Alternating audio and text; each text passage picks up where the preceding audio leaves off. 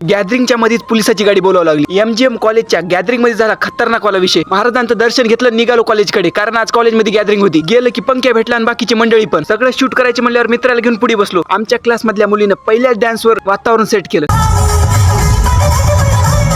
हे तर फक्त सुरुवात होती, पुढे तर एवढे बेकार वाले डान्स झाले ना, विषयच नाही. असली लावणी पाहून तर पोरं तर डायरेक्ट नाचायलाच लागले होते. नंतर असले भारी डान्स झाले ना, विषयच नाही. पोरं तर सगळे ताब्याच्या बाहेरच गेले निघून. गॅदरिंग मध्ये नुसतं डान्सचा धुराच होता. थोडं पोरं बसले होते तर ही लावणी ऐकली.